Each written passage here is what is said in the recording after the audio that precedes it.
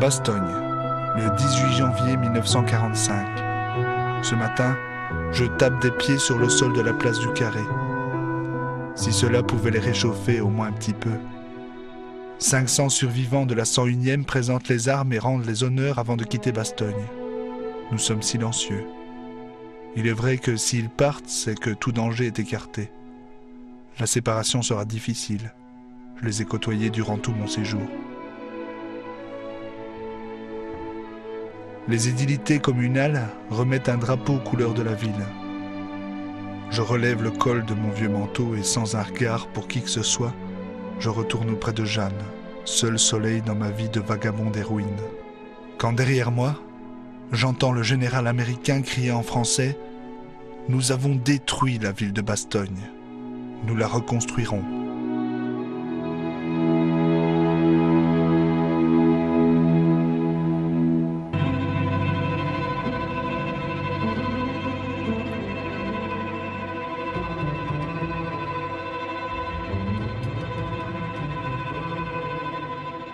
La bataille des Ardennes touche à sa fin. Si elle continuera encore quelques jours au Grand-Duché voisin, en province de Luxembourg, les civils ont retrouvé un semblant de liberté. Mais quelle liberté!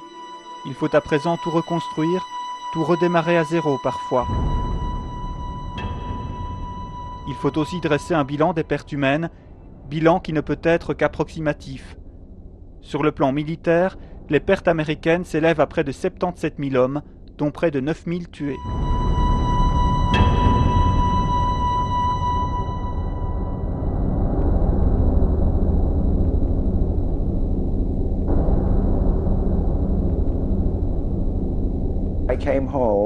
Je suis rentré à la maison et j'étais en un seul morceau. J'étais dans un escadron de 12 hommes, un escadron d'artillerie. Je suis le seul à avoir survécu. Les 11 autres sont tous morts. Donc j'étais heureux. Et je suis rentré à la maison en janvier 1946. La guerre s'était terminée en mai 1945.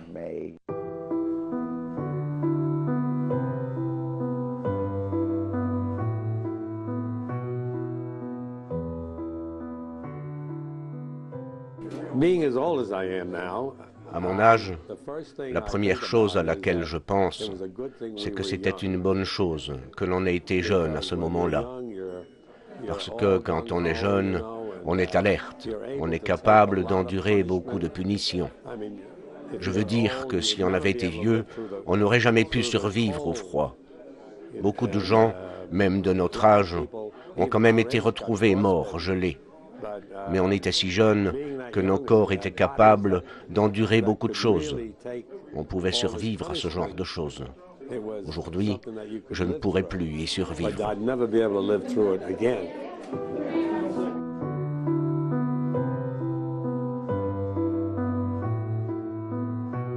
Du côté allemand, les pertes s'élèvent à près de 82 000 hommes, dont plus de 12 500 tués. La seule chose à laquelle je pensais, c'était de rester sain et sauf. De survivre à la guerre. Je vous ai raconté tout à l'heure que je suis allé à l'école à Saint-Vith. J'y connais beaucoup de gens. Même mon beau-père vient de Wallerode, près de Saint-Vith. Alors, vous pouvez vous imaginer ce que nous on pensait de la guerre. Mes parents ont toujours dit qu'on allait perdre la guerre.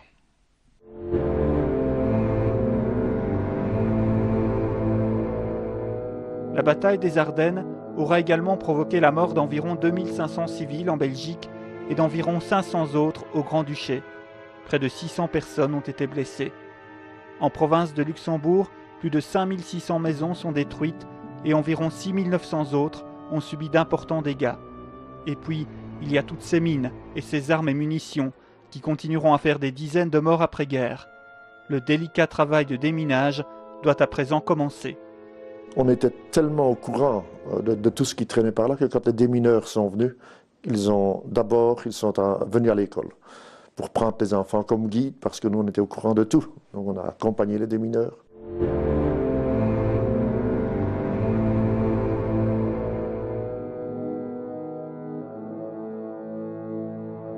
Parmi les préoccupations de l'après-guerre, trouver de la nourriture et se débarrasser des parasites ne sont pas des moindres.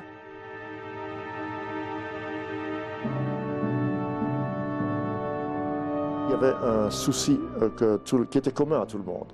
C'était la lutte contre les poux. C'est assez rigolo à dire, mais les Allemands étaient remplis de poux. Comme nous avons, comme je vous l'ai expliqué, vécu étroitement avec les Allemands, nous étions tous remplis de poux. Je me souviens, la première, disons, lutte anti-poux que nous ayons subie, c'était dans l'église de nouveau. La Croix-Rouge et les services de santé américains ont saupoudré toute la population d'un coup sec au DDT. On ressortait tout blanc, mais si vous y connaissez un peu en poux, ça ne suffit pas. 15 jours après, les œufs qui n'avaient pas été détruits donnaient naissance à de nouveaux poux et c'était recommencé. Mais alors là, les gens se débrouillent en temps de guerre. Ils ont trouvé le système absolument efficace. Tout le monde avait un four pour cuire le pain à l'époque. Et bien, quand le pain était cuit et que le four n'était pas trop froid, mais encore assez chaud, on floquait tous les vêtements à l'intérieur. C'était absolument efficace, avec le résultat que tout le monde se promenait avec des vêtements avec des taches de brûlés partout.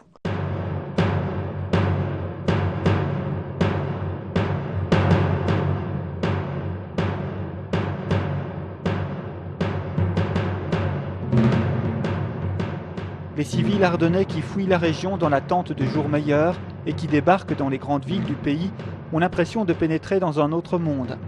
Après avoir quitté les bois et découvert sa ville de Oufalise en ruine, le petit Louis Dissler est envoyé à Namur.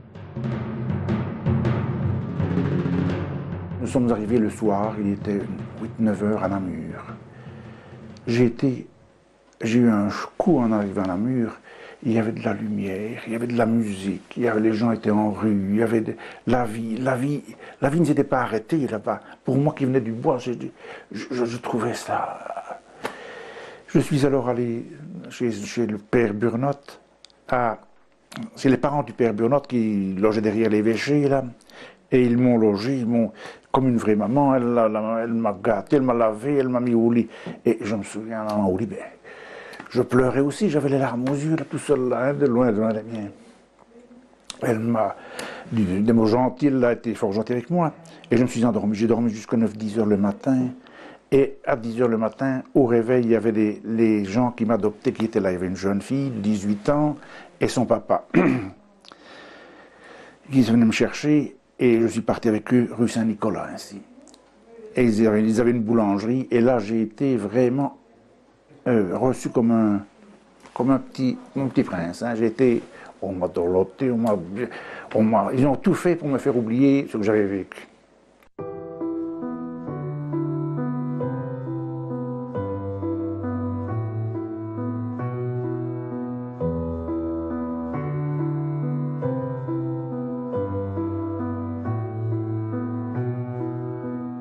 Accompagné de son père, Franz Jacquet se souvient aussi de son périple namurois. Je l'ai encore raconté il n'y a pas tellement longtemps à un ami, l'impression que ça nous avait fait d'arriver à Namur qui est illuminé par les premiers décors de Noël qu'on voit depuis 5 ans, nous autres. Et on n'a plus connu ça. Ça me semblait, je ne sais pas, irréel ensemble. Alors, vous vous représentez, nous étions là. Moi, à 15 ans, je n'avais pratiquement pas de barbe, mais entre autres, mon père et les autres, étaient bien fournis. Il y avait peut-être 3-4 jours qu'ils ne l'avaient plus fait non plus. Et alors, on a débarqué sur la place de Namur, la place de la gare plutôt. Et après, une chose que mon père dit au copain d'en face, à Joseph, il dit, tu sais quoi, Joseph? Je vais m'offrir la plus belle chose qui soit au monde. Quoi? Un grand verre de bière. On est pipe, moi aussi. Alors, on est partis tous. Mais alors, il fallait nous voir déguenillés, sales, répugnants, à la limite. Des valises qui n'en étaient pas, c'était des sacs noués avec des cordes. Et on arrive, et on veut pénétrer dans un établissement. Et je vois encore arriver le garçon qui nous barre la route et dit non, pas question. Ah, mais mon père, écoutez, il dit, nous avons ce qu'il faut pour vous payer ce que nous avons consommé. Monsieur, non, dit-il, c'est interdit.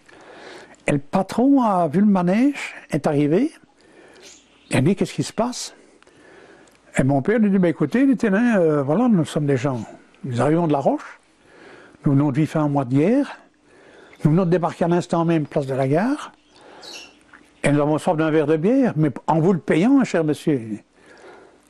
Alors tout de suite, le patron a dit, laisse entrer ces gens-là. Oh, nous avons été la curiosité, bien sûr. On nous a fait une place, on s'est installé. On a bu de la bière qu'on n'a même pas payée, le patron n'en a pas voulu. Il dit non, c'est moi qui vous l'offre.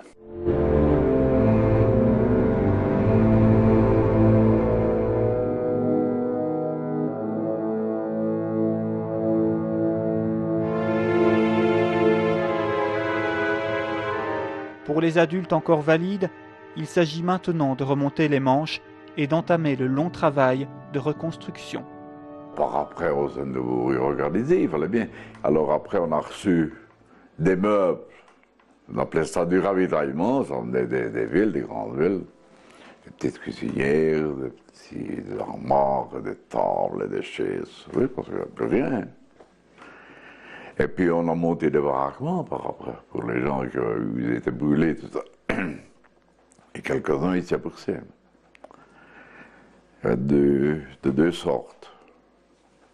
En forme de maison, puis il y avait comme des tunnels arrondis.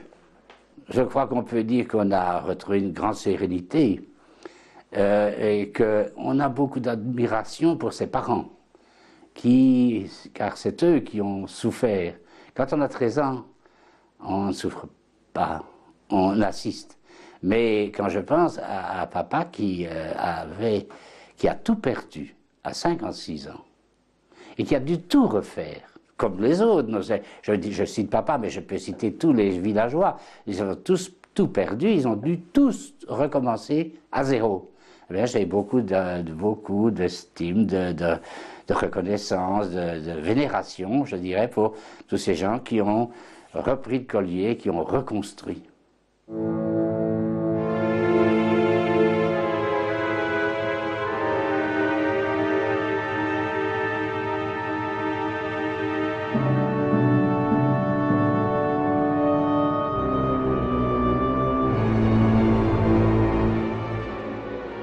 On pense qu'on a oublié, mais je dis toujours à mon mari, chaque année, au mois de décembre, ça me revient. Hein. Ce n'est pas rare que je reprends le livre de Linda Robert et puis je me mets à relire, hein, tout ça. Ah oui, des souvenirs qu'on oublie, c'est des choses qu'on n'oubliera jamais. Même si on n'a pas souffert dans notre chair parce qu'on n'a pas été blessé, on s'en est bien tiré, tout compte fait. Hein. Il n'y a pas eu de décès dans notre famille, mais malgré tout. Ce sont des choses pénibles. Il ne faut pas demander ceux qui ont perdu des leurs.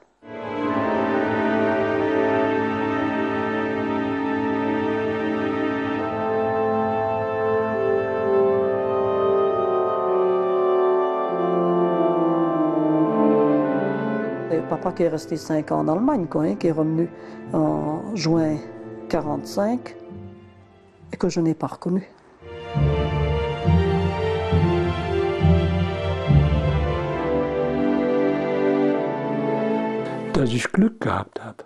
J'ai de la chance d'avoir survécu.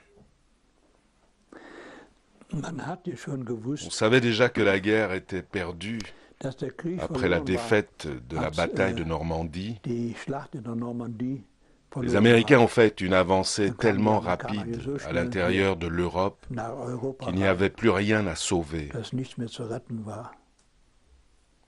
On a juste relevé la tête pour le gouvernement de l'époque. Bien entendu, on était du mauvais côté. Mais on n'avait pas le choix. J'ai été marqué par beaucoup de gentillesse de certaines personnes.